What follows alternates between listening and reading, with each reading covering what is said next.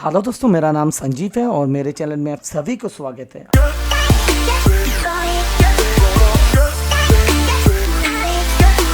आज जिस टॉपिक के ऊपर मैं वीडियो लेकर आए हैं वो एक ट्रांसफार्मर के ऊपर है।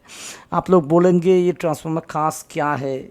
हम लोग जानते हैं, सभी लोग जानते हैं, ट्रांसफार्मर वोल्टेज को स्टेप अप और स्टेप डाउन करते हैं हम लोग विदाउट चेंजिंग एनी फ्रीक्वेंसी। मगर इधर जो ट्रांसफार्मर आप लोग स्क्रीन में देख रहे हैं अभी, ये तो फ्रीक्वेंसी चेंज नहीं कर रहे हैं मगर वोल्टेज को भी चेंज नहीं कर रहा है। आप लोग देख रहा है ये लाइटिंग ट्रांसफार्मर है। इसके ये डिटेल्स हम आज डिस्कस करने जा रहा हूँ। बहुत इम्पॉर्टेंट चीज़ आपको जानने को आज मिलेगा। ये जो ट्रांसफार्मर है ये 3 फेस ट्रांसफार्मर है। इसका जो प्राइमरी साइड है वो 3 फेस सप्लाई लगाते हैं हम लोग, और सेकेंडरी जो साइड है उसमें भी हम 3 फेस वोल्टेज मिलता है। प्राइमरी साइड में हम 415 वोल्टेज यूज़ करते हैं और सेकेंडरी साइड जो है उधर से भी ये 415 वोल्ट मिलता है।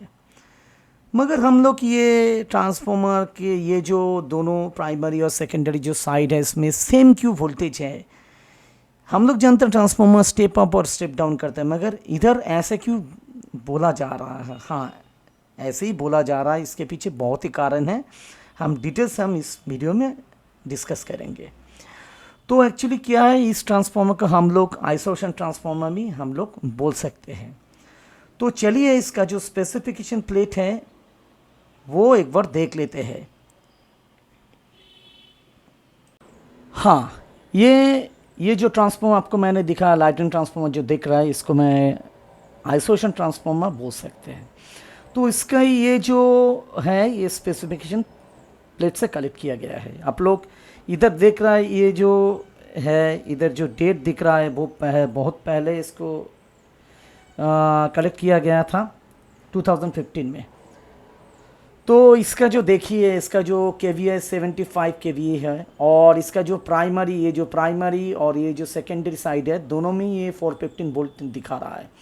और इसका जो प्राइमरी साइड में जो एम्पियर है वो सेम दिखा रहा है और फेज भी सेम दिखा रहा है। ठीक है, तो इसका जो कूलिंग सिस्टम है air natural, AN means air natural, और फ्रीक्वेंसी 50 है।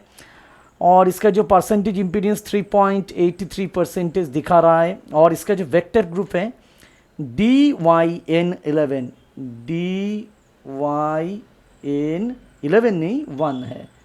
ठीक है, आप प्लीज़ नोट कीजिए, ये जो ट्रांसफार्मर है ये डेल्टा स्टार ट्रांसफार्मर है। ठीक है, और इसके जो कोर वाइंडिंग इधर सब कुछ दिखा रहा है, और इंसुलेशन क्लास जो दिखा रहा है वो विजिबल नहीं हो पा रहा है, सब कुछ है। और इधर देखिए ये जो है ये प्राइमरी साइड का है और ये सेकेंडरी साइड का है।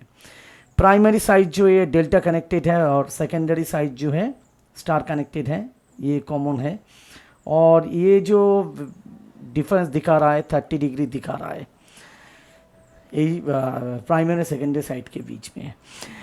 एक्चुअली ये मैंने बोल दिया, ये जो वोल्टेज है इधर ही 415 है और सेकेंडरी साइड में भी 415 है, दोनों में ही ये 415 वोल्ट है।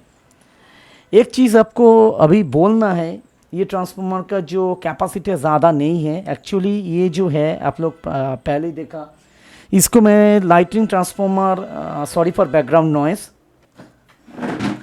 हाँ, ये जो वोल्टेज अब दिख रहा है 415/415, इसका मतलब क्या है। एक्चुअली ये आइसोलेशन पर्पस यूज़ होता है। आइसोलेशन पर्पस ऐसे मैंने क्यों बोल दिया, एक्चुअली ये जो ट्रांसफार्मर है ये ट्रांसफार्मर डायरेक्टली ACDB जो 3 फेज ACDB बास होता है उधर प्राइमरी जो साइड है कनेक्ट होता है। मगर सेकेंडरी साइड जो है, एक प्राइमरी साइड में भी एक केबल यूज़ होता है, सेकेंडरी साइड में भी एक केबल यूज़ होता है। ACDB बास से ये ट्रांसफार्मर कनेक्ट होकर इसके जो सेकेंडरी साइड उधर से भी एक जो केबल है वो केबल निकालते हैं उधर से।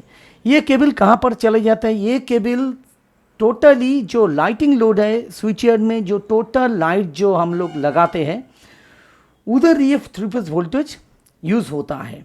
मगर इसके लिए ट्रांसफार्मर यूज़ किया है क्यों, ये आपको मन में क्वेश्चन आ सकते हैं। हाँ, आपने ठीक ही बोला, इसके लिए तो डायरेक्ट हम एसीडीवी बास के साथ ये हम लोग कनेक्ट कर सकते थे, मगर ऐसा क्यों नहीं किया गया? हाँ, ये गुड क्वेश्चन है। एक्चुअली अब सोचिए, लाइटिंग जो टोटल लाइटिंग जो सिस्टम है, इसमें वे कभी भी ये प्रॉब्लम आ सकते हैं। सोच लीजिए किसी भी एक लाइट के कारण सिस्टम में फॉल्ट हो गया, ये फॉल्ट कहाँ पर आएंगे? टोटली ये जो एसीडीवी बास है, 3 फेज जो सिस्टम का जो बास है, जो एसीडीवी जो बास होता है, उधर आ सकते हैं, डायरेक्टली इसमें फीड होगा। तो इसमें क्या होगा, वो जो बास में फीड होगा, वो बास से ये फॉल्ट हायर जो वोल्टेज है 132 kV और 33 kV और 220 kV और 400 kV जो भी है, उसमें फीड हो सकते हैं। तो इसीलिए ये ट्रांसफार्मर से इसको कनेक्ट किया गया है। एक्चुअली ये आइसोलेट किया गया है, लाइटिंग लोड को टोटली सिस्टम से आइसोलेट किया गया है एक ट्रांसफार्मर के द्वारा। एक्चुअली ये इलेक्ट्रिकल आइसोलेटेड है। ऐसा इसीलिए किया गया है, आपको तो मैंने बोल ही दिया है, इसीलिए इसको आइसोलेटेड ट्रांसफार्मर हम लोग बोल सकते हैं। बहुत बार ये देखा गया है, ये लाइटिंग लोड के कारण सिस्टम में फॉल्ट फीड होता है। तो उस समय क्या होगा, लाइटिंग लोड में कोई भी फॉल्ट हो जाएगा तो उस समय ये ट्रांसफार्मर ट्रिप कर जाएगा। ट्रिप करने से क्या होगा, सिस्टम से ये लाइटिंग लोड अलग हो जाएगा, सिस्टम सेफली आइसोलेट होकर रहेगा। इसीलिए ये ट्रांसफार्मर को हम लोग लाइटिंग ट्रांसफार्मर बोल सकते हैं और आइसोलेशन ट्रांसफार्मर बोल सकते हैं। इसमें एज प्राइमरी साइड और सेकेंडरी साइड सेम ही आप लोग देख पा रहे हैं। तो जो भी हो, ये एक नया इन्फॉर्मेशन आपको मैंने आज दे दिया। हाँ, और एक चीज़ आपको बोलना है और इन्फॉर्मेशन भी आप बोल सकते हैं। ये जो ट्रांसफार्मर नॉर्मली आपको ये नॉर्मल जो सब स्टेशन है, GIS हो और AIS जो 132 kV 33 और 220 kV 132 33, ऐसे जो सब स्टेशन में नॉर्मली ये सब स्टेशन में ये जो लाइटिंग ट्रांसफार्मर और जो आइसोलेशन ट्रांसफार्मर आपको देखने को नहीं मिलेगा। मैं ये जो ट्रांसफार्मर देखा था वो दूसरा सब स्टेशन है, उसमें 400/220/132 132/33 kV सिस्टम वोल्टेज था, उधर हमने ये ट्रांसफार्मर देखा था।